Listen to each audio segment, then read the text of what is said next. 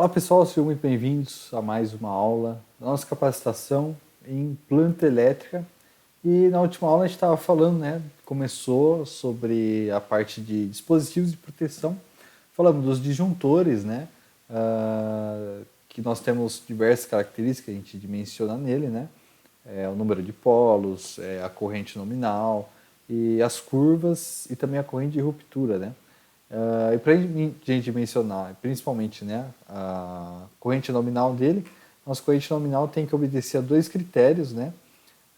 O primeiro critério é um relacionado à corrente nominal mesmo, né, que ela tem que estar entre a corrente de projeto e a capacidade de condução de corrente do meu condutor. E o meu segundo critério está relacionado com a parte de sobrecarga, tá certo? Bom, então agora nós temos o nosso dispositivo diferencial residual. Então, esse dispositivo é um dispositivo de uso obrigatório, né, pela 5410 e sua função é exclusiva para proteger as pessoas e também a instalação elétrica, tá certo? Bom, então vamos lá. Então, como que ele atua? Ele atua na fuga de corrente, tá? Ele funciona como comparador de correntes. Então, num circuito funcionando belezinha, tudo certo, a corrente que entra é a mesma corrente que sai, tá certo? E se houver uma diferença entre essas duas correntes, ele vai considerar que essa corrente está saindo para algum lugar, né? Não está muito certo isso aí, né? Porque a corrente tem que entrar, é a mesma corrente que entra e a corrente que sai. Se tiver alguma fuga de corrente, né, nós chamamos de fuga de corrente, tá? Ele vai entender que ela está indo para algum lugar. Esse lugar, o que pode ser? Uma pessoa, tá? Então, uma pessoa tomando um choque ali, tá certo? A terra, então, um condutor vivo que encosta numa carcaça metálica, alguma coisa do tipo.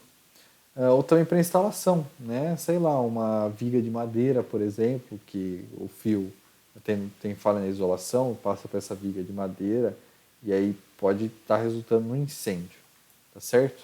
Então ele atua assim, tá? Detectando fuga de corrente, ok? Bom, então do choque elétrico, tá? Então é muito perigoso, né? A questão do choque elétrico, tá? E poucos miliamperes já é suficiente para matar uma pessoa, matar um adulto, tá?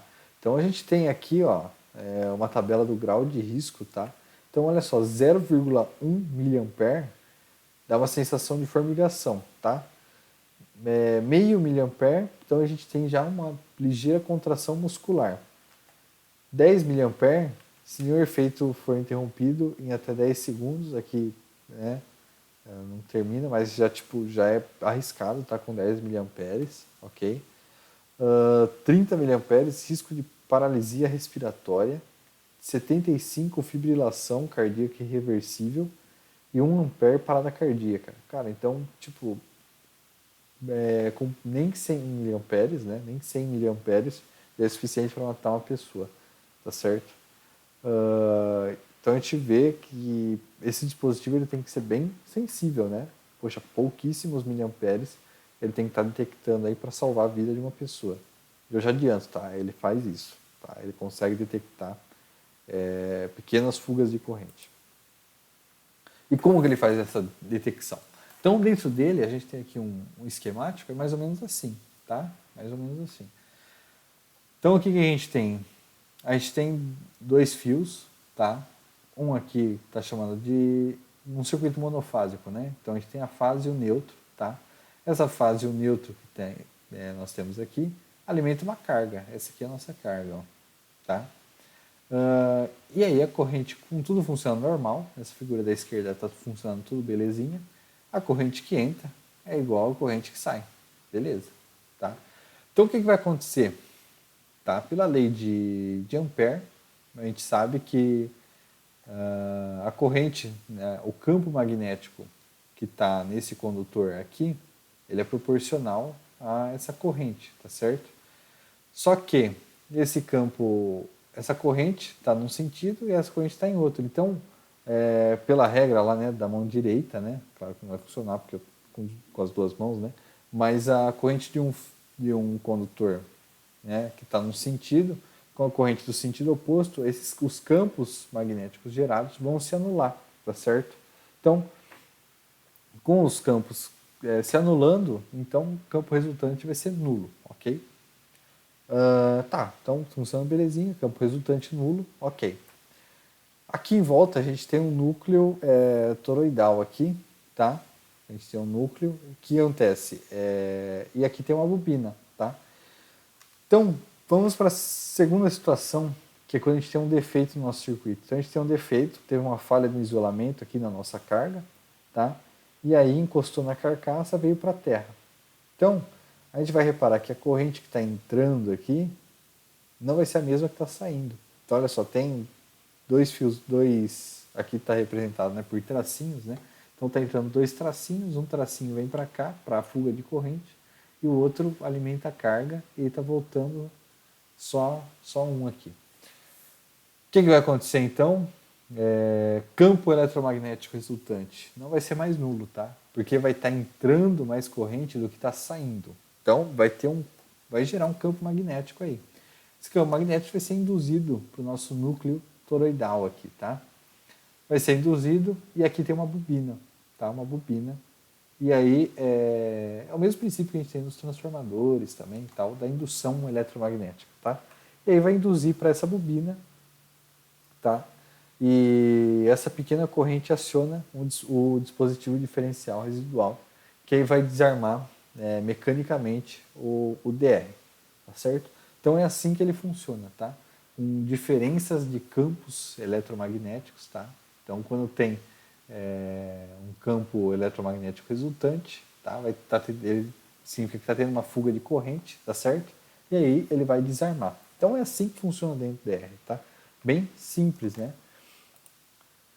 Então vamos lá, quais são as características dimensionáveis em um DR? Já vou adiantar, o DR é um dispositivo simples de dimensionar, não precisa fazer conta, não precisa fazer muita coisa, tá? Então, a primeira coisa, o tipo de DR. Tá? Tem dois tipos que a gente consegue encontrar no mercado, mas eu vou ser honesto, tá? Só um, só um.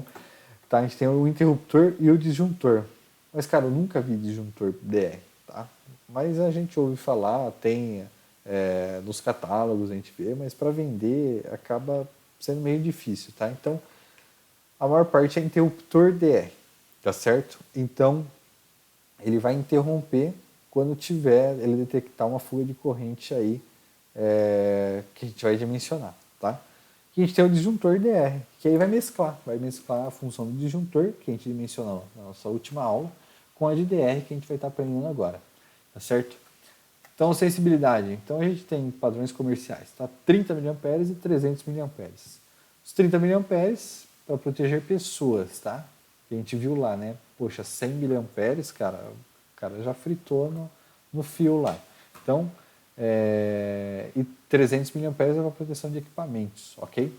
Então, geralmente, nos nossos projetos prediais, a gente vai estar usando de 30 mA, ok? Pode estar usando de 300 também, tá? Em alguns casos que eu vou abordar também.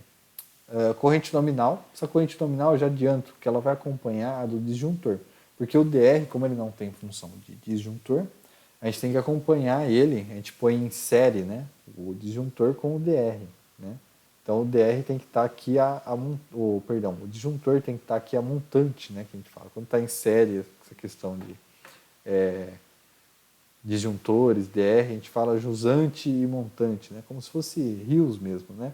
Então o disjuntor tem que estar aqui a montante do DR, tá? E a gente tem que acompanhar, tá? Então você coloca um disjuntor de 32 amperes, você pode estar colocando um DR de 32 amperes também, tá? Mas ele não vai abrir com sobrecarga, com nada disso. Essa corrente é a corrente máxima que ele suporta, na verdade, tá bom? Então, corrente nominal do DR tem que ser igual ou maior a do disjuntor que está ali, a montante dele, ok? Número de polos, 2 ou 4. Pedro, 2 ou 4. Lá de disjuntor tinha de 1, tinha de 2, tinha de 3. Tinha até de 4, né? Eu não cheguei a apresentar lá, mas tem disjuntores de 4 polos. E por que o DR tem só de 2 ou de 4? Bom, primeiro que ele tem que detectar a fuga de corrente, tá? Então, para ele detectar, tem que ter um condutor que entra e um que sai. Então, no mínimo 2, tá? Para circuitos monofásicos ali, no mínimo 2. E 4 para circuitos trifásicos com o neutro, né? Então, 3 fases mais um neutro. Pô, Pedro, por que não tem de 3, então? Né? Para 2 fases e um neutro? Porque não é muito comercial, tá? Acaba não compensando para os fabricantes fazer essa configuração, tá? E o de 4 polos já supre, né, essa necessidade aí de circuitos com 2 fases mais um neutro, tá? Fora que é difícil, né, equipamentos que usem 2 fases mais um neutro, tá? Eu particularmente nunca vi equipamentos que usem 2 fases e um neutro, né? Geralmente é só fase neutro, fase, ou cargas trifásicas, né, com um motor ou algum outro equipamento especial, tá certo? E o outro é a tensão nominal, mas geralmente a tensão nominal não é o que a gente se preocupa tanto, porque já está adequado, né, aos nossos padrões que a gente vai estar trabalhando, né, de 127, 220 e tal. Os fabricantes já fazem sob medida, tá certo? Então, podem ser instalados dispositivos DR na proteção geral da instalação e ou proteção individuais desses circuitos terminais, tá certo? Então, o que a gente pode estar fazendo no nosso quadro? Então, tem lá o disjuntor geral, a gente pode estar colocando o DR, tá certo? Eu já ouvi projetistas falando que essa configuração não é muito boa você utilizar dispositivos de 30 mA com essa configuração, tá? Porque pode dar problema, tá? Com dispositivos de alta sensibilidade, né? De 30 mA nessa configuração, né? Então, um DR geral para sua casa inteira pode não ser interessante. Pelo menos de 30 mA. De 300 mA, aí pode estar sendo empregado, tá?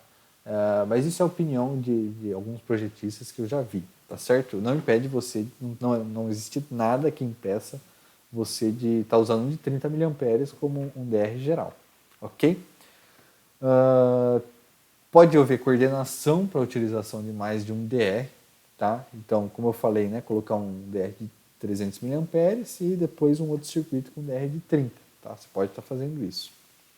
E é obrigatório, né, na norma, DR de alta sensibilidade de 30 mA para proteger circuitos terminais que sirvam áreas externas, cozinhas, lavanderias e também banheiros, tá? Que são áreas molhadas, ou seja, área de maior risco, né? De receber uma descarga elétrica e ela ser fatal, né? Por ser molhado, tudo, a resistência do corpo diminui, né? Contato com o solo é maior, então essas áreas acabam sendo mais perigosas, ok? Uso de DR com corrente diferencial residual nominal de atuação de no máximo 50 mA para proteção contra incêndios, tá? Vou mostrar um vídeo para vocês sobre o DR que mostra bem essa parte da proteção contra incêndios, tá? É um vídeo da Siemens, tá? E é bem interessante, tá? Porque às vezes para a gente entender essa parte de proteção para pessoas é até que tranquilo. Mas eu vou estar mostrando como que ele protege para incêndios nesse vídeo, certo? Então vamos lá. No nosso teste, o dispositivo DR da Siemens dispara em 22 mA, evitando o risco de causar uma parada cardíaca. Diante desta situação, podemos assegurar os benefícios dos dispositivos DRs na proteção contra danos pessoais. Proteção contra incêndio. Essa simulação mostra como o disparo do dispositivo DR pode ser utilizado para evitar incêndios. Para isso, a corrente residual nominal não deve ultrapassar 300 mA. Nosso primeiro exemplo mostra uma falha de isolamento entre dois cabos. A tensão aplicada causa uma corrente de fuga através do local com falha. Apenas um pequeno aumento da corrente de fuga é suficiente para disparar o dispositivo DR e prevenir o início do fogo. O segundo teste mostra claramente por que os dispositivos DR são tão importantes para com a integridade de nossos patrimônios. Um incêndio pode começar quando a corrente que flui no local de falha é somente de 300 mA. Neste caso, o mini disjuntor não pode proteger contra o início de um incêndio, pois somente dispara com uma corrente muito maior. A falha de isolação simulada aqui pode facilmente se tornar um incêndio com ou sem a presença de chamas. O dispositivo DR, com uma corrente nominal de aproximadamente 300 mA, pode prevenir início de faíscas elétricas e, consequentemente, proporcionar a prevenção de incêndios. Vale a pena utilizar componentes de alta qualidade. os produtos da Siemens. Bom, então vocês puderam ver lá, né, que no primeiro momento, né, vamos pôr aqui de novo, no primeiro momento ele liga, né, esse circuito com uma falha de isolação, né, e o ponteiro nem se mexe, né, e o DR atua, né, vamos ver aqui rapidinho, ó, então ó, ele vai ligar o circuito e vocês podem ver que o ponteiro mal se mexe, né, olha lá, ele mal se mexeu e o DR atuou. Tá? Então isso mostra a sensibilidade dele e a segurança que ele oferece. E aí no segundo caso é com o DR desabilitado. Então o negócio pega fogo ali, só que a corrente é baixa, ó, não chega nem a 1 ampere. Então o disjuntor não cai nesse caso, tá? Não cai porque a corrente é muito baixa. E aí pode ocorrer um incêndio e o disjuntor, pro disjuntor está de boa, né? O disjuntor falhou? Não falhou. Apenas foi uma situação que ele não monitora. Tá? E o DR faz essa parte, faz esse papel. Tá ok? Bom, então, pessoal, nessa aula é isso. Tá? Na nossa próxima aula a gente vai ver o DPS, tá? Que é o dispositivo de proteção contra surtos. Então, muito obrigado por ter assistido e até a próxima.